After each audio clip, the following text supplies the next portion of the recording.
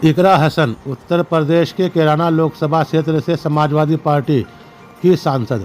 यहाँ उनके जीवन से संबंधित कुछ बातें हैं। परिवार और पृष्ठभूमि। इकरा हसन एक प्रभावशाली राजनीतिक परिवार से आती है। उनके दादा चौधरी अख्तर हसन 1984 में कैराना से कांग्रेस के सांसद थे।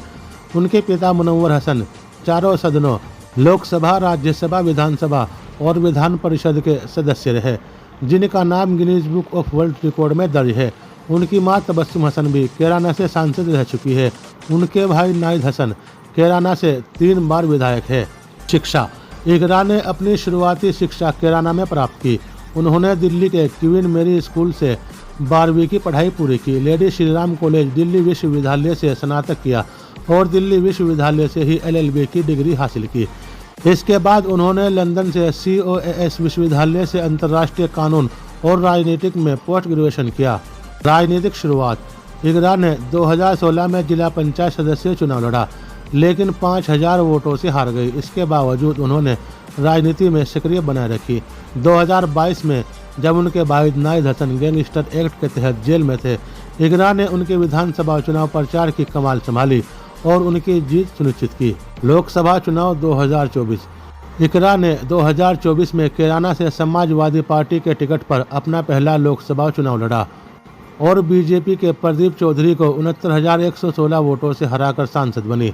27 साल की उम्र में पश्चिमी उत्तर प्रदेश की सबसे युवी सांसद बन गई। सामाजिक और राजनीतिक सक्रिय।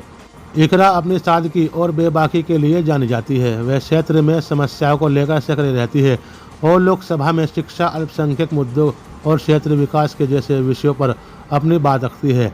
2020 में लंदन में CAA NRC के खिलाफ प्रदर्शन कर वह सुर्खियों में आई थी। विवाद और चर्चा।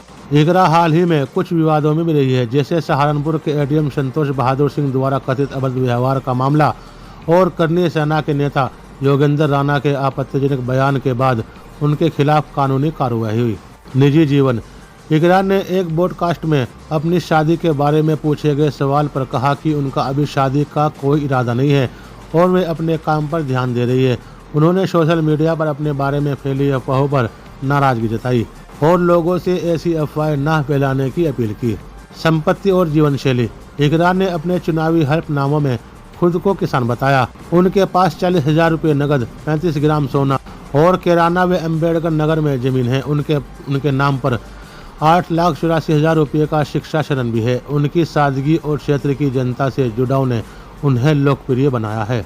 इकरा हसन अपने परिवार की राजनीतिक विरासत को आगे बढ़ाते हुए पश्चिमी उत्तर प्रदेश में एक उभरता हुआ चेहरा है।